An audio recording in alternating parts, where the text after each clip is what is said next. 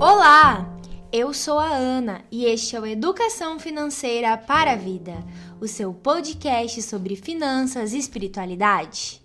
Meu querido e minha querida ouvinte, espero que vocês estejam bem, que tenham tido uma boa semana e que estejam se cuidando.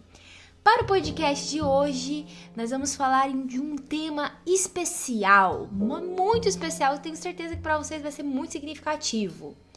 Mas antes disso, obviamente eu vou chamar o membro permanente mais amado do Brasil, Augusto Martins. Olá, Ana Carolina, muito obrigado por essa acolhida, viu?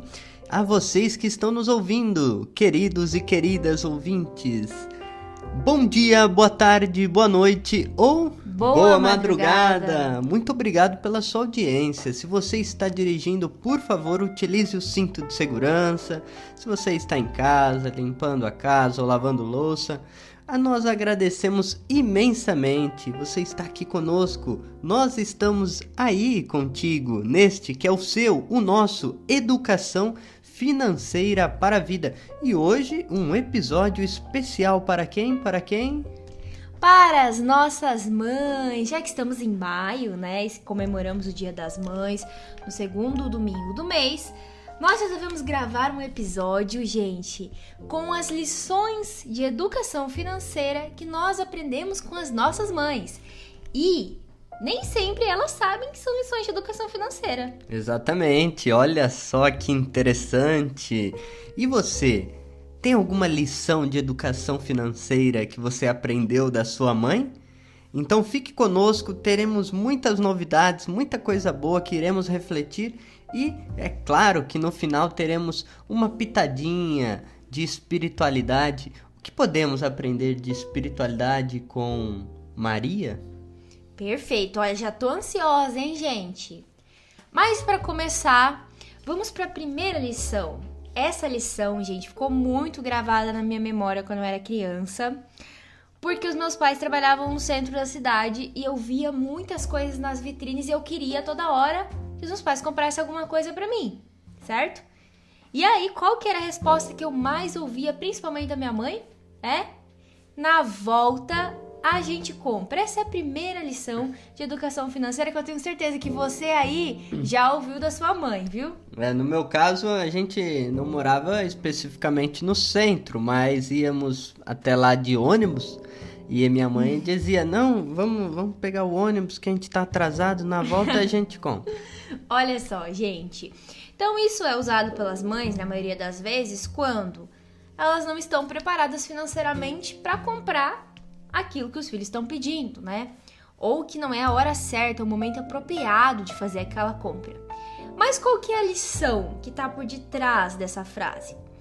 Que a gente precisa ter paciência, não agir por impulso, não comprar por impulso, porque a gente viu aquilo e a gente quer naquele momento. Então é esperar. É uma maneira das nossas mães dizer, olha, calma, você precisa pensar, nós vamos avaliar se isso é realmente necessário, se você precisa disso agora, tá? Então essa é a lição financeira por detrás dessa frase. E isso tem um fundamento psicológico, né? Do autocontrole. Nós já tratamos aqui no nosso podcast. Isso é um exercício que a mãe tá dizendo pro filho, olha, calma, vamos ter autocontrole. Na volta a gente compra, quer dizer, vamos pensar um pouco, né? Vamos pensar melhor se isso é realmente necessário, né? Olha, essa, gente, confesso, me traz muitas lembranças boas, passa muita coisa pela minha cabeça quando eu penso nisso ou quando eu escuto essa frase. O próximo ensinamento, Augusto e ouvintes, é quando você vai ali pedir pra sua mãe alguma coisa também no mesmo sentido, tá? Mas você não necessariamente viu na rua, né? Você tá em casa e você fala assim, mãe, compra isso aqui pra eu mim. queria ali um brinquedo novo, uma sandalinha, né? Uma coisinha nova. Eu queria muito uma Melissa da Sandy, me lembro quando eu era criança. E aí a minha mãe falou assim, não, pede pro Papai Noel. Pede pro Papai Noel, já escreve a carta pra ele, que quem sabe ele te dá no Natal. Então essa é a segunda lição, pedir pro Papai Noel. Qual a história, Augusto, você tem com isso? Você se lembra de alguma coisa? Essa de pedir pro Papai Noel é famosa, é clássica, né? É justamente aquela para dizer assim, olha, no final do ano, quem sabe, né? Se o Papai Noel tiver de bom humor, ele vai te dar. Olha só, e novamente esse ensinamento nos ensina a paciência e o autocontrole, para dizer que tem momentos certos para você receber o seu presente. Daí quando a gente foi crescendo, né? Quando a gente foi pegando uma idade, a gente entendia que, olha, tá, a gente podia pedir algo mais legal pro Natal, ali quando a gente entendia que não era mais o Papai Noel, mas eram os pais, né? Mas a paciência ali de você esperar até aquele momento chegar. No meu caso foi o videogame que eu queria, né? Então, pede pro Papai Noel, quer dizer, espera mais um pouquinho, né? Quem sabe, isso tá dentro da temática do orçamento familiar, né, Ana? Com certeza. Os pais aí se planejando para poder comprar um presente que o filho quer ali no Natal. Gente, eu me lembro disso que eu queria muito uma Suzy bailarina, porque eu fazia balé quando era criança, né? E aí, os meus pais me pediram pra esperar no Natal e nunca eu esperei tanto o Natal e ficou tão gravado na minha memória. Quando eu ganhei aquele brinquedo foi tão bom pra mim e realmente isso me ensinou esse valor. Saber esperar quando a gente quer uma coisa, que a gente quer muito aquela coisa. E hoje a gente usa pra quê? Pra se planejar no nosso orçamento. Nós queremos, tá? Mas quando, né? É preciso ser agora? É necessário? E também para quem nos escuta e tem filhos, né? São ali uns meandros pra gente já ensinando educação financeira de uma maneira muito legal e descontraída, né?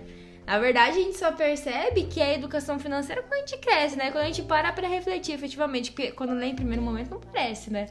Mas é muito importante. Agora, tem uma frase que minha mãe dizia pra mim e pro meu irmão, que acho que todos nós já escutamos, né? Dinheiro não dá em árvore. Essa é clássica, né, gente? Essa é muito clássica. E é usada principalmente quando as crianças são bem pequenas e não conseguem entender de onde vem o dinheiro ou o valor, né, do dinheiro. E os pais às vezes usam isso para explicar, olha, eu preciso trabalhar, preciso sair de casa, fico fora, e aí eu trabalho bastante, me esforço para ter dinheiro. O dinheiro então não cai do céu, não dá em árvore ou não vem do banco, né? Explica o valor do tempo e a importância do trabalho nas nossas vidas. Então, para conseguir o dinheiro é necessário trabalhar, porque ele não vem de graça, né, Augusto? Isso é muito importante, né? Nós já tivemos a oportunidade de dar algumas palestras, falar sobre a importância da educação financeira. Até você já foi na televisão falar sobre esse tema, né? Educação financeira, como ensinar as crianças a lidar com as finanças. E essa máxima que minha mãe falava, dinheiro não dá em árvore, justamente para ressaltar isso que você falou, o valor do trabalho, o valor das coisas, aquilo que tem preço e aquilo que tem valor, né, Ana? Exatamente. Ou seja, a gente não vai ter as coisas que a gente quer sempre na hora que a gente quer e a gente precisa trabalhar para conquistar. Esses 3 ensinamentos, essas 3 lições, elas se complementam entre si. E eu tenho certeza que a sua mãe já falou isso pra você, aposto. E mandem lá uma mensagem pra gente no Instagram. Conte também outras coisas que a sua mãe falou e que você falou, olha, isso tem a ver com educação financeira. Conte pra nós, tá? E qual é a próxima, Augusto? Qual a próxima lição? Olha, quando eu tomava banho longo, e ficava lá embaixo do chuveiro, cantando, fazendo show, ou brincando com meus bonequinhos, minha mãe dizia bem assim, eu não sou dona da Copel ou da Sabesp, eu não sou sócia da Eletropaulo. Na verdade, Copel é aqui no Paraná, né? Mas lá é Eletropaulo. Eu não sou sócia da Sabesp, ficar gastando tanta água. Gastando luz, né? Isso geralmente quando as mães falam pra gente, elas estão super bravas, né? Porque a gente tá ali enrolando no banho, ou a gente sai do quarto e deixa a luz acesa, deixa a torneira aberta, pra dizer o quê? Olha, gasto desnecessário deve ser evitado, ou seja, não podemos desperdiçar. Afinal, o dinheiro não dá em árvore, né? Já complementa com o outro também. E aqui tem um fundamento de educação financeira que as nossas mães carregavam consigo do consumo consciente, né? Perfeito, né, gente? Porque aqui entra não só uma questão financeira, mas uma questão ambiental. Água, energia são recursos escassos que nós temos que utilizar com sabedoria. Isso faz bem para o bolso e faz bem para o planeta. Essa aí também é impossível. Não tem mãe que não fale na vida. E aí, Augusto, conta pra nós também a próxima lição. Olha, essa é uma frase, né, que eu escutava da minha mãe. Acho que você também escutava, né, Ana? Sim. Quem guarda, sempre tem. Olha só, gente. E a minha mãe, ela sempre me recorda disso. Lembra que quando você era criança, eu te dava dinheiro e dava pro seu irmão também para comprar doce. E você guardava e não comprava o doce, mas comia o doce do seu irmão. Isso me fez lembrar uma outra história, gente. Olha, eu vou complementar você. Nas minhas mentorias, nas consultorias, eu ouvi de uma cliente minha e quando ela era criança, a mesma coisa. A mãe dava dinheiro para as duas e aí ela gostava muito de doce e a irmã dela sempre muito de ler, mas ela também gostava de ler. Mas só que o que ela pensava? Ela falava assim, como eu sei que a minha irmã vai comprar os livros, eu pego meu dinheiro e guardo e leio o livro dela. Mas olha só que esperta. E assim ela guardou muito dinheiro lendo os livros da irmã. Olha só. Mas olha... E eu guardei dinheiro comendo os doces do meu irmão. Olha aí, Gustavo. Augusto entregando aí, hein? Bom, gente, isso aqui é muito importante, que na verdade é o ensinamento da poupança, né? Nossas mães nos ensinando a importância de poupar, de pensar no futuro. Então, tanto para a criança comprar alguma coisa que ela queira, né? Às vezes o pai ensina isso com esse intuito, ou de simplesmente guardar e formando ali um montantezinho de dinheiro para o futuro. E isso também tem a ver, no meu caso, essa frase, quem guarda sempre tem, a minha mãe ensinava a cuidar dos bonecos, dos brinquedos. Então, o guardar também tem a dimensão do cuidado, do cultivo daquilo que nós recebemos, né? Sim, cuidar dos brinquedos, das roupas, da casa, de tudo que pertence a você e à família. E o próximo ensinamento, por mais incrível que pareça, tem a ver com a educação financeira, que é: criatura, arrume esse quarto, vai arrumar o quarto, ajude nas coisas da casa. E isso também tem a ver com a responsabilidade e com o cuidado, que é o que a gente falou anteriormente. Então, despertar esse senso de responsabilidade é muito importante para a educação financeira, porque a gente precisa trabalhar, ganhar nossos recursos, e a criança tem que saber desde cedo a cuidar, né, de tudo ali que ela utiliza. Arrumar o quarto, arrumar os brinquedos, ou seja, aprender a organização. E a responsabilidade, né? Você é responsável pelas suas coisas e também pela casa, pela comunidade ali pequena que é uma família, tá? Gente, o próximo ensinamento, eu me lembro muito de um primo meu que ele era muito esquecido. Eu não sei se ele é esquecido ainda hoje, porque agora ele tá morando em Portugal. Beijo, primo. Mas a gente falava sempre pra ele, e a mãe dele principalmente, porque ele vivia perdendo coisas. Criatura, você só não esquece a cabeça porque está grudada no pescoço. Gente, olha só. Às vezes os pais estavam ali brincando com a gente acabava também brincando entre os primos ali na minha família. Mas se a gente parar pra pensar, tem muito ensinamento de educação financeira. Além do controle, eu acho que o planejamento tá por detrás disso tudo. Pra dizer, olha, se você não parar, não organizar as tuas finanças, você vai acabar se esquecendo e depois você não vai se lembrar para onde foi seu dinheiro. Então, a falta do planejamento, do fazer o orçamento, aparece aqui. Então, a mãe dizia, não esquece a cabeça porque tá grudada, atentando a criança a falar, tem que ser um pouquinho mais planejada, mais organizada, para não esquecer, não perder as minhas coisas e assim por diante. Eu acho muito legal esse ditado. Só não esquece a cabeça porque tá grudada no pescoço. Essa é uma frase que também nos provoca ao... esqueci de pagar um boleto. Sim, exatamente. Bem, olha lá, a mãe, lá na infância, nos ajudando a lembrar das coisas importantes para nossa vida, né? Perfeito, Augusto. Próximo ensinamento tem muito a ver com algo que a gente estuda na economia comportamental, na psicologia econômica, que é o comportamento de manada. Que é simplesmente a gente comprar alguma coisa porque todo mundo compra, porque tá na moda, e não parar pra pensar se realmente a gente quer isso, ou se está fazendo pelos outros. pela onda do consumismo, né? E essa frase que nós vamos dizer aqui, ela vem justamente quando a gente tá naquela fase da adolescência, da aborrecência, que a gente tá meio rebelde, sabe? E aí, de repente, a gente faz algumas coisas que todo mundo tá fazendo, e aí o que a mãe diz? Olha, se fulano pular da ponte, você também vai pular?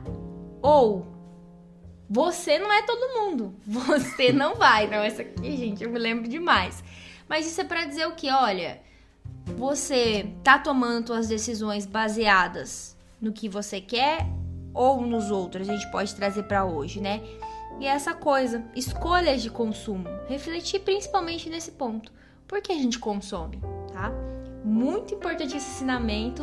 E eu tenho certeza aí que vocês também ouviram muito da mãe de vocês. Ainda mais com o apelo, né, das redes sociais, dessa cultura do Instagram de comparar-se com os outros. Então, um grande perigo, né, que a mãe já nos alertava. Olha, você não é todo mundo. Se o fulano faz isso, também vai fazer. Então, muito cuidado, viu, gente, com esse comportamento de manada em relação ao dinheiro, às finanças, né? Então, aqui um princípio muito bonito que as nossas mães nos ensinavam. Para e pensa. Reflita, né, sobre as ações, as decisões da vida, né? Perfeito, Augusto. E agora, um ensinamento que é muito interessante e que eu também agora lembrei de várias histórias, por isso que eu dei risada, mas é o seguinte: eu tenho cara de banco ou está escrito banco aqui na minha testa por acaso, é? Mãe, me empresta tanto, mãe, me dá 10 reais. A gente fala na educação financeira, gente, que a mãe é o banco central, é o banco dos bancos, que quando a gente não tem para quem pedir dinheiro, a gente recorre ao nosso banco central, que é a nossa mãe, né? Mas as mães diziam muito essa frase pra gente quando a gente ia pedir dinheiro ou pedir alguma coisa, né? Tava pedindo recorrentemente. Então, pra gente entender justamente o quê? Temos que cuidar do nosso dinheiro. Não podemos gastar sem pensar, porque não tá acessível a qualquer hora. É a mesma coisa que o dinheiro não dá em árvore, né, Augusto? E dentro desta temática, tem um apelo à reserva de emergência. Claro, com certeza. Justamente por isso, a gente precisa estar preparado para o imprevisto, né? Então, formar ali a nossa reserva, porque a gente não pode ir no banco mãe toda hora ali pedir um socorro. E também, Ana, existe algo atrás dessa frase. Eu tenho cara de banco. Às vezes isso vira um preceito financeiro dentro de uma cultura muito perigosa, quando a gente já tratou aqui, de maneira mais leve, sobre o abuso financeiro dos idosos. Ah, com certeza, né, gente? Isso é uma realidade que, infelizmente, a gente ainda vive no Brasil e cada vez mais os números mostram aí pra nós. Então, a gente tem que tomar muito cuidado com levar esse preceito pra nossa vida e se acostumar com essa situação de que a mãe vai estar sempre ali sendo nosso banco central e acaba vivendo ali a gente acaba vivendo, entrando num relacionamento perigoso com as finanças, de dependência, até de um abuso, vamos poder dizer assim, né? Em que os mais idosos acabam sempre estando vulneráveis porque querem sempre ajudar os filhos. Que pai e mãe não quer ajudar o filho? Que vó não quer ajudar o neto? Então a gente tem que tomar muito cuidado, né? Exatamente. Não é não vou ajudar meu filho, vou deixar ele passar fome. Não é isso. Não. Dentro dessa dinâmica. É dentro de uma lógica de endividamento que é muito perigoso a gente esfolar e machucar, né, por generosidade dos nossos pais, mães, a boa vontade, né? Exatamente, né, gente? Tem que ter discernimento. Uma coisa é um imprevisto que aconteceu, uma situação emergencial. Outra coisa é uma relação que vai levando ao endividamento e uma coisa contínua, que não para mais, né? Que acaba virando crônico, né? Então temos que ter muito cuidado para isso. E o último ensinamento aqui que nós separamos, inclusive a gente pegou algumas informações de um site que está na descrição, tá? Que vocês podem ler lá também. É algo que também não parece educação financeira, mas tem relação com esse último. Que as nossas mães sempre falavam pra gente, ó, leva o guarda-chuva que vai chover, ou leva um casaco que vai esfriar. Sabe, Ana, eu fui criado na Praia Grande, litoral de São Paulo, e às vezes estava um céu bonito, e aí minha mãe falava essa frase, eu não entendia muito bem, mas às vezes que eu não levei, chovia Sim. de maneira inesperada. E eu sempre pensava assim, falava assim, gente, a minha mãe, nossa, que santo forte que a minha mãe tem, porque falou pra mim, leva a blusa, não levei, um frio, né? Eu era no caso em Cascavel, às vezes amanhecia 30 graus e davam tipo umas friagens que eles falam da previsão do tempo, que eu saía de manhã e aí no final da tarde tava 14 graus e eu lá de regata ou de vestido, tinha que voltar embora pra casa antes de ir pra aula. Tudo isso porque não escutei minha mãe. Mas qual que é o ensinamento financeiro por detrás disso? Bom, gente, a vida é imprevisível, imprevistos, que é o que a gente tá vivendo agora no Covid, né? Ou seja, a gente precisa estar prevenido, tomar precauções necessárias para não levar uma rasteira da vida. E aí uma rasteira no sentido financeiro. Então, formar a reserva de emergência.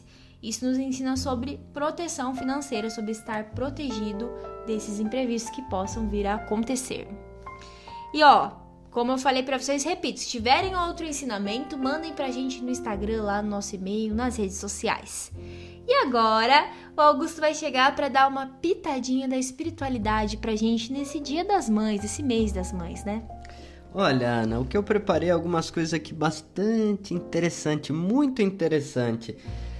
A começar por um livro, A Epopeia do Pensamento Ocidental, um livro sobre a história da filosofia, para compreender as ideias que moldaram a nossa visão de mundo, de um autor chamado Richard Tarnas. E o que é curioso nesse livro? Pô, tá falando da filosofia, da cultura ocidental, e nesse livro ele trata o tema da Mãe de Deus, Que legal. de Maria, como algo importante na história, né, da humanidade. Essa piedade popular cristã que se popularizou fortemente na Idade Média, dentro de uma cultura do Antigo, do Novo Testamento, que, na sua grande maioria, está marcada por um patriarcalismo, uma cultura machista, Maria surge ali como uma alternativa, né? Como uma mãe humana, diferente das deusas gregas ou de outras culturas. Ela é mulher, esposa e mãe. Olha que interessante. Que lindo, amei. E ali traz a figura, esse autor fala de Maria como a nova Eva, como é tratada também por alguns teólogos cristãos. E ele diz o seguinte: em Maria está a garantia autêntica da humanidade de Jesus de Nazaré. Olha que bonito.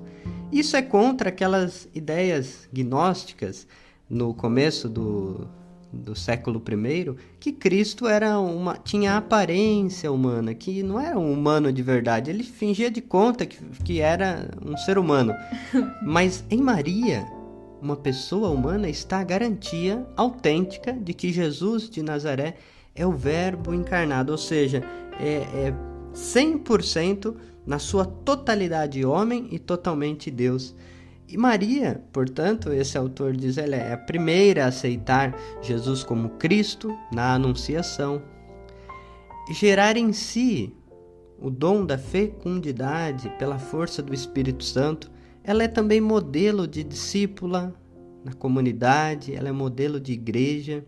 Supera, portanto, um patriarcalismo, um autoritarismo legalista, e é para a própria instituição na igreja um frescor de algo novo. E olha que bonito, nas arquiteturas, esse autor diz que Maria resgata a dimensão do ventre, o feminino enquanto dimensão fundamental para integrar nós, as pessoas.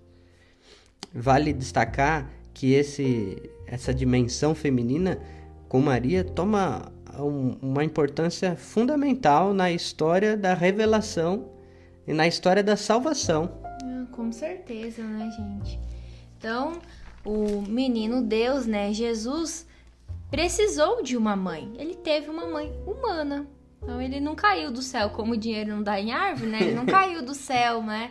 prontinho assim. Não, ele teve uma mãe que cuidou dele muito bem. Então, e ensinou também. Por essas e outras é que ao longo da história da humanidade a gente foi se afeiçoando por essa mãe protetora que nos acolhe, protege e está no imaginário coletivo. Haja vista que vários povos do mundo inteiro têm a sua devoção popular de Nossa Senhora das Graças, Nossa Senhora Aparecida, Nossa Senhora de Fátima, Nossa Senhora Guadalupe, e por aí vai. Que é a mãe dos latinos.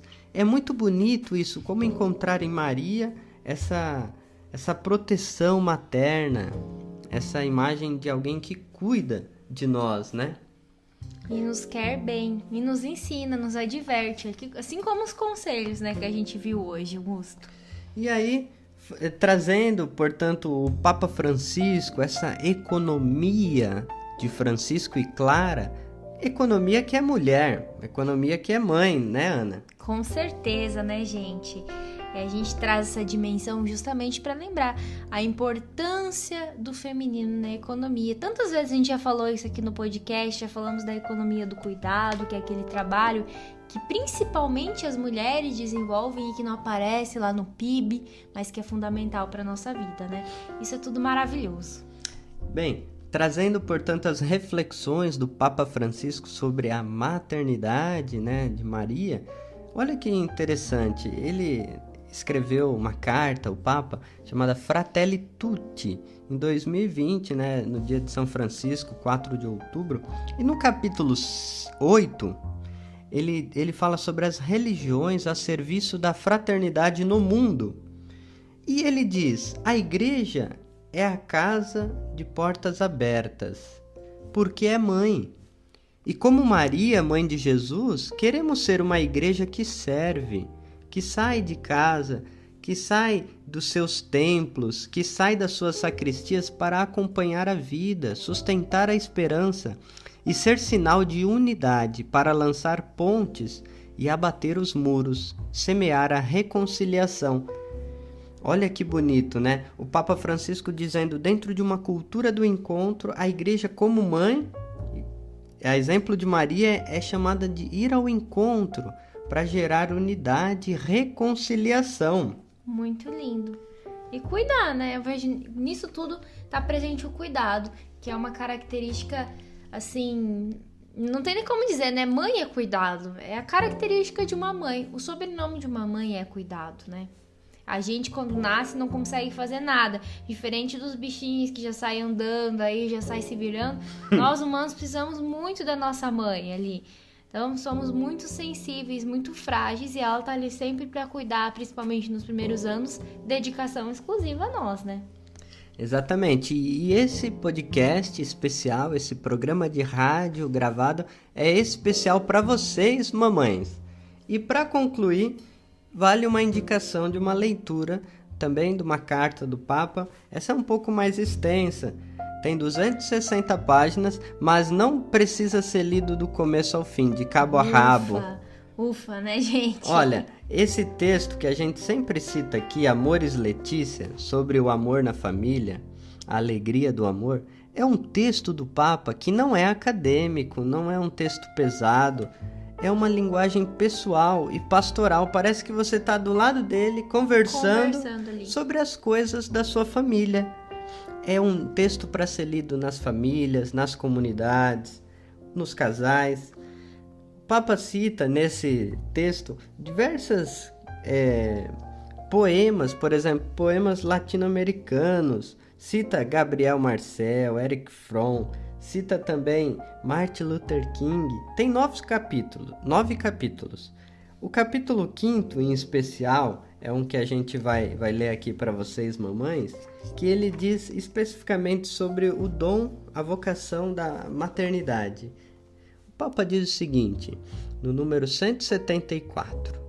De fato, as mães são o antídoto mais forte contra o propagar-se do individualismo egoísta.